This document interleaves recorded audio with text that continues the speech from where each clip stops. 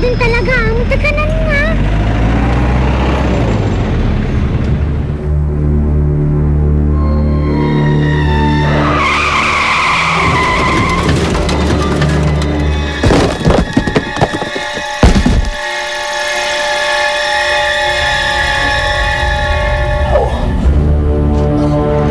Halika, tumulong tayo.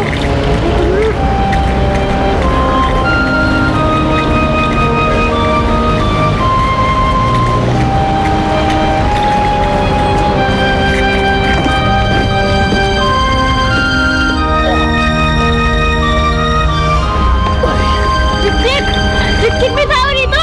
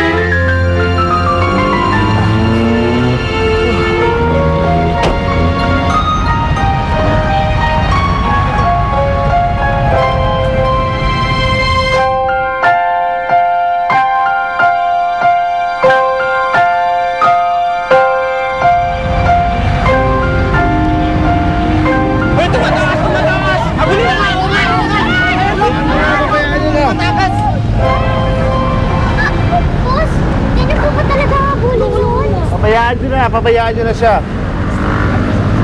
Salamat sa pagtulong, ha? Ha? Salamat.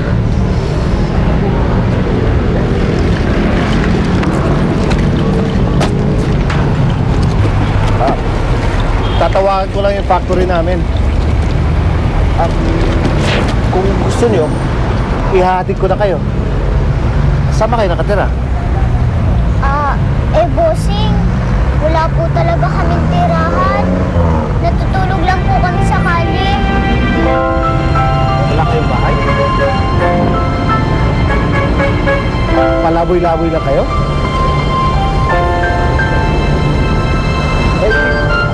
Sumama na kayo sa akin, ha?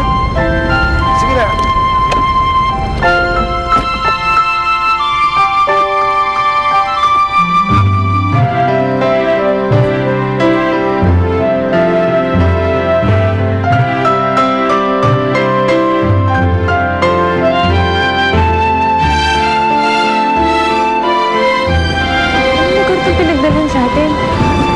Factory ata eh. Anong factory? Nagawaan ng mga iba't ibang bagay. May factory ng damit, ng gamit sa bahay, ng pagkain.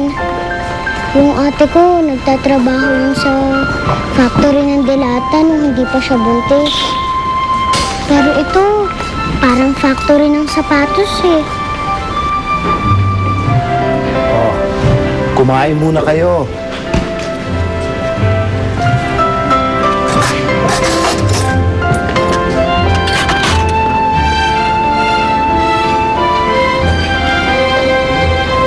Bossing, pasensya na po kayo dito sa kasama ko. Galing po kasing bundok eh. Ako nga pala si Andy. Kayo naman? Ako po si Jik-Jik at siya naman po si Ate Grasilda. Grasilda? Kakaibang pangalan. Maganda. Grasilda. Ngayon akong nakaisip. Nasaan siya? Malayo sa akin.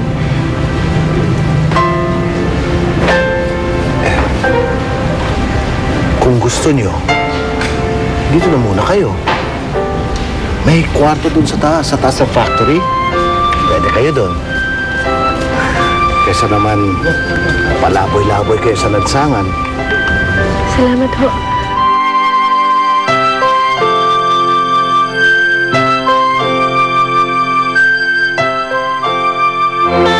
Alam ko lang sana pinasok ko yung pamangkin ko. Yung sigurado ko may experience. Hindi ba ang pinapatamaan mo? Sino po ba sa palagay mo? Ha? Akala mo kung sino? Langaw lang siya sa puwet ng kalabaw. Ang dapat sa kanya, binubugaw! Grabe ka naman! Hindi mo pa tinitingnan yung dinadaanan mo, ha? Dapat pag nakikita mo ako naglalakad, tumatabi ka. Paharang-harang ka eh. Nasaan na kaya si Ama sa mundong ito? Magkikita pa kaya kami? Please welcome our precious Cindy. Mapalagaling ng anak. Talagang ipinapadama niya sa kanya na mahal niya siya. At mahalaga siya sa inyo. Lahat naman ng mga magulang ay ganun kasi. Sigurado ako, ganun din ang tatay mo sa'yo. Chik-chik, wag! What the hell happened here? Anong ginawa niyo?